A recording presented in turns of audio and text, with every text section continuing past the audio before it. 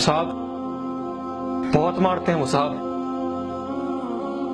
یہ ہاتھ دیکھ رہے ہو نا صاحب,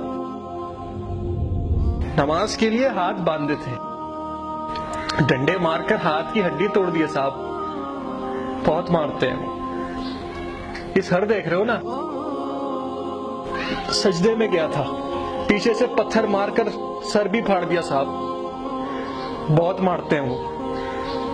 تم سناؤ, تم کیسے ہو؟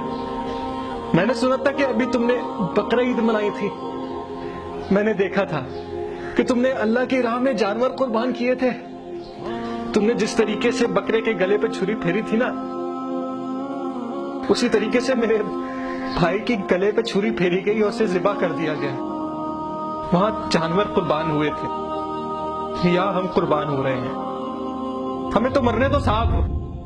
تم سناؤ, تم کیسے ہو؟ 2 سال کا بھتیجا تھا میرا, سبزی کاٹنے والی چھری سے اس کے جسم کے ٹکڑے ٹکڑے کر دیے گئے صاحب. بہت مارتے ہیں وہ. ہم تو پیدا ہی مرنے کے لیے ہوئے ہیں صاحب. تم سناؤ, تم کیسے ہو؟ تمہاری والدہ کیسی ہیں؟ خدمت کرتے ہو نا ان کی؟ میں بھی کرتا تھا, لیکن میری ماں کو میری آنکھوں کے سامنے چاقو کے وار کر کر کے ختم کر دیا گیا صاحب. بہت مارتے ہیں وہ. اپنے باپ کی تو سنتے ہو نا صاحب. میں بھی سنتا تھا, لیکن مٹی کا تیل ڈال کے میرے باپ کو زندہ جلا دیا گیا صاحب. وہ چیختا رہا اور چیختے چیختے زندہ جل گیا صاحب. بہت مارتے ہیں وہ. مجھے چھوڑو, تم اپنا حال بتاؤ. سنا ہے تم فیشن کے نام پہ آج کل ہمارے ابھی یہ فیشن ہے. میری پردہ کرتی بہن کے آ کر انہوں نے کپڑے پھاڑ دیے تھے. میری بہن روتی رہی. مجھے نہیں پتا تھا فیشن میں اتنا درد ہوتا ہے. میری بہن روتے روتے مر گئی صاحب. بہت مارتے ہیں وہ بقرعید کی دعوتوں میں تم زیادہ کھانے سے اسپتال پہنچ گئے تھے نا. یہاں تو بھوک سے مرنے والے بھی اسپتال نہیں پہنچ پاتے صاحب. بہت خوش قسمت ہو تم لوگ. ہمیں تو مرنے دو. تم نے تو دعوتوں میں بوٹیاں بھی کھائی تھی نا صاحب. یہاں ہماری بوٹیاں نوچ کے دعوت کی جاتی ہے صاحب.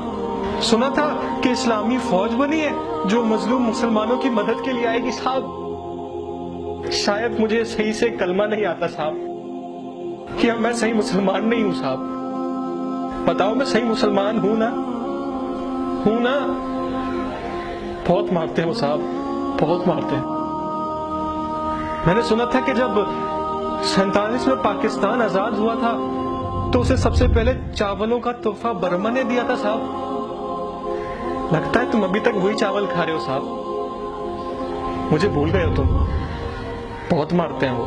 لیکن تم اپنا خیال رکھنا صاحب, کہ تم پہ کوئی حملہ آور نہ ہو. ہم تو مرنے کے لیے پیدا ہوئے صاحب. ہمیں مرنے دو صاحب, مرنے دو.